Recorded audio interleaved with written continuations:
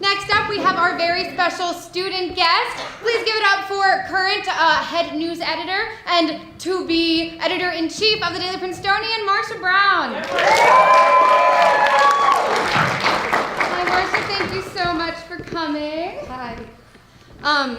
So you have been working on a really serious story. Yes. An all-nighter usually does comedy, but we feel like this is a story that's worth talking about, that is already being talked about a lot on Princeton's campus. The timing lined up with things that are happening in the real world. This is, of course, the investigation into gender discrimination allegations within the German department.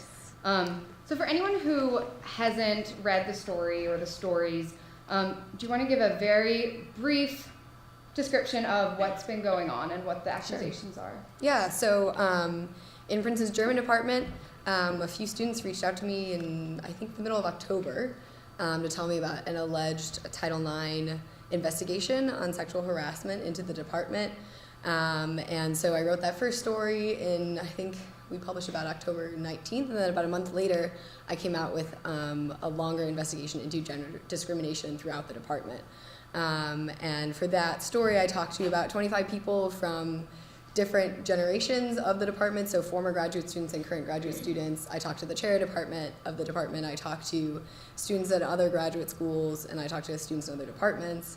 And I kind of was able to create this picture of what was going on in the department. And the focus was on gender discrimination, which is a little bit more insidious and harder to quantify than sexual harassment is in some ways, even though that is really what is in the media right now.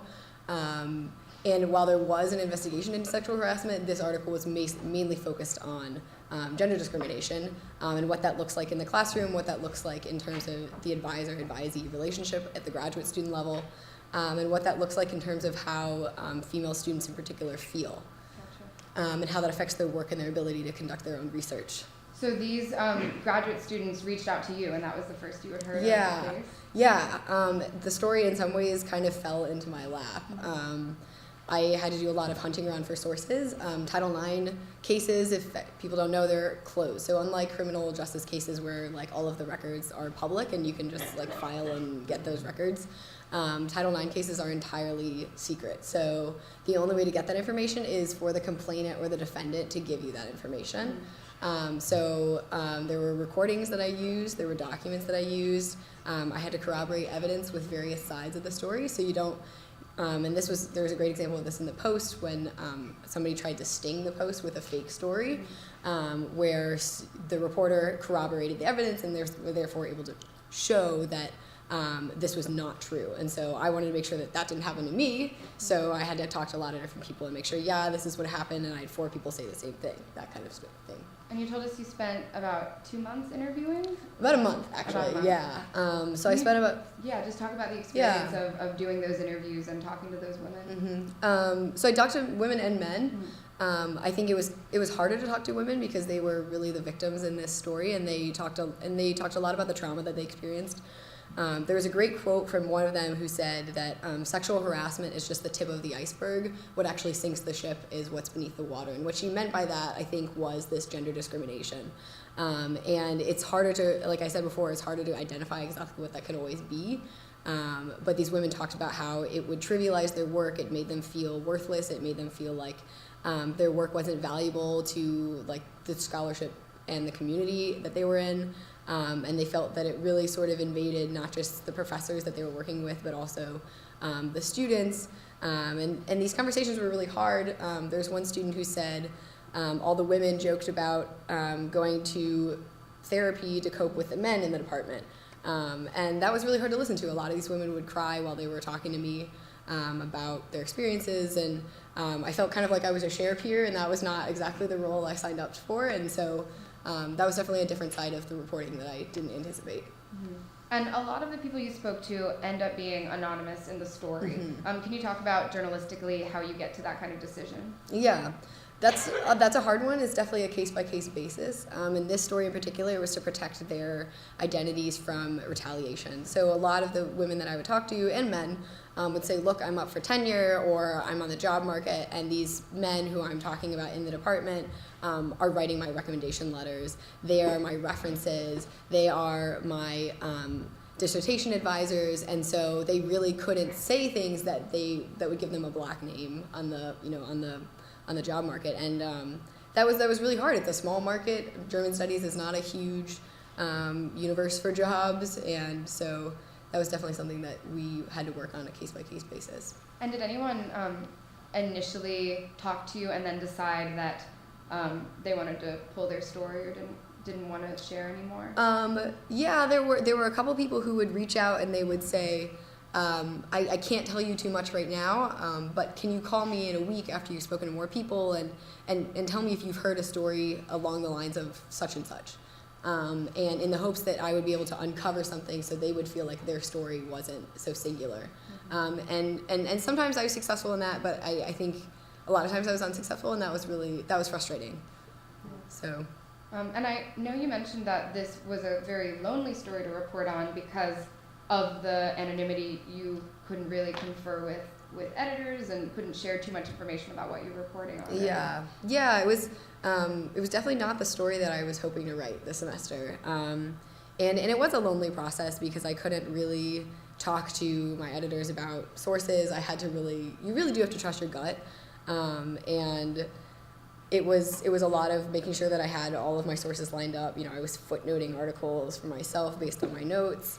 And I could kind of talk generally about certain stories with my editors, and I had great help from Sarah Saka, our current editor-in-chief, and Omkar, who is one of our head copy editors, and from our trustees. But I couldn't talk very specifically, and that was hard.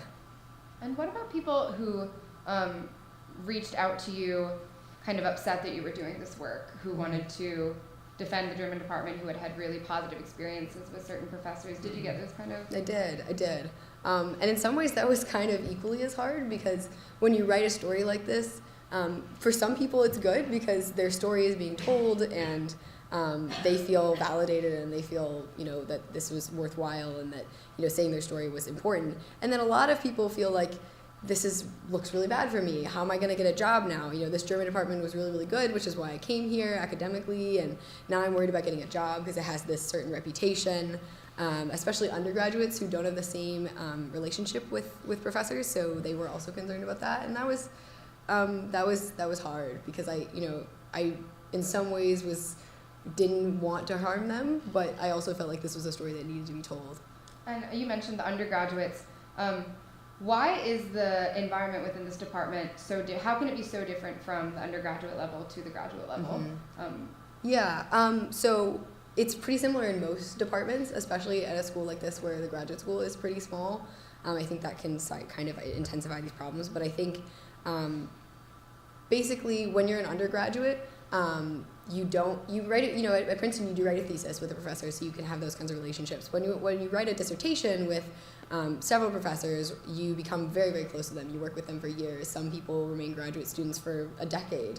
And especially when those relationships can be gendered, then you can run into some problems because the people who are advising your dissertation hold a lot of power.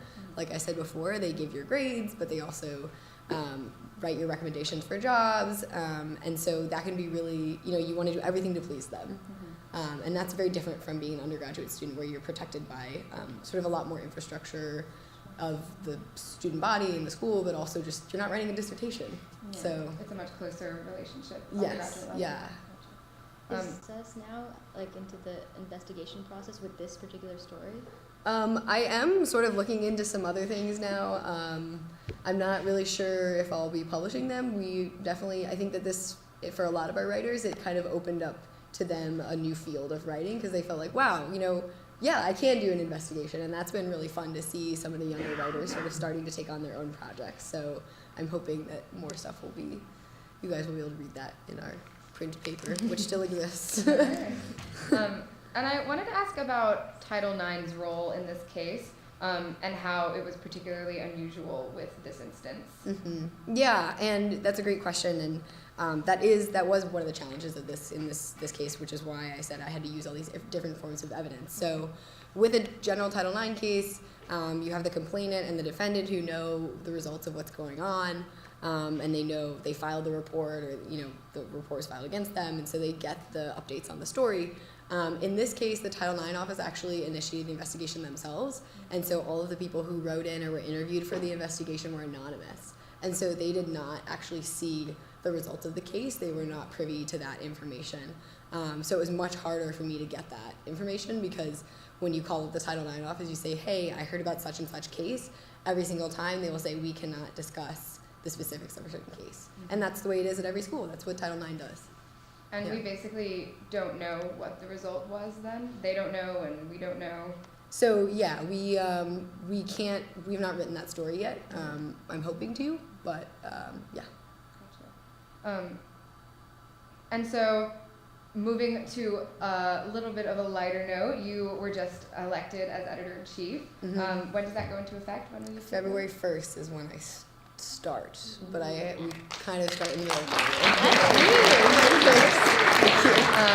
congratulations. Thank you very much. I'm very excited. What are your plans for the Prince?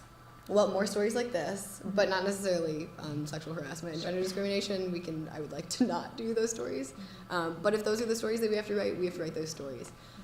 One of the things that I really emphasized when I was running and that I want kind of the community to know about is this sort of idea of editorial leadership, which comes from all the paper. It doesn't just come from the kind of editorials that you write where you sort of talk about an opinion, but it comes from the reporting that you're doing, and it comes from the integrity that reporting has.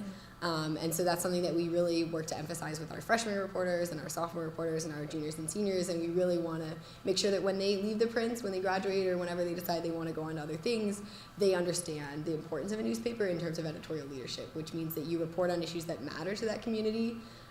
You report them with integrity, and you report them from all parts of the paper. So you want to report the human side, so that would be kind of features. You want to report the real hard-hitting investigative stuff. You want to do the opinions, you want to do the editorials, you want to have the illustrations and the photos that really give those stories life. So that's what you want it to come from the whole paper. And you had also mentioned a plank of your platform that involved compensating low-income writers. Yeah, right? so when I was in high school, I developed a program that would compensate people to join extracurricular programs, because I felt when I was a high school student that was a wonderful privilege that I had, and that some of my peers didn't have that opportunity. And so we can't really pay our freshman writers. We don't, newspapers are not that profitable anymore. But there are a lot of people, I think, who could make fabulous contributions to the Prince who can't afford to right now, because it takes a lot of time. It's a lot of hard work, and you could be working a campus job. So I'm hoping to develop that program somehow. We're thinking about working with the Ferris program, or we're thinking about developing from alumni, or working through the financial aid office. We're not really sure exactly what that will look like yet. I just have to say I haven't spoken to all those people yet, but that is something that I don't want to leave without that existing. So. Awesome. Well, thank you so much for being our Thank guest. you. Can I leave a clock with you? yeah. Thank you so much. Give it up for Marcia.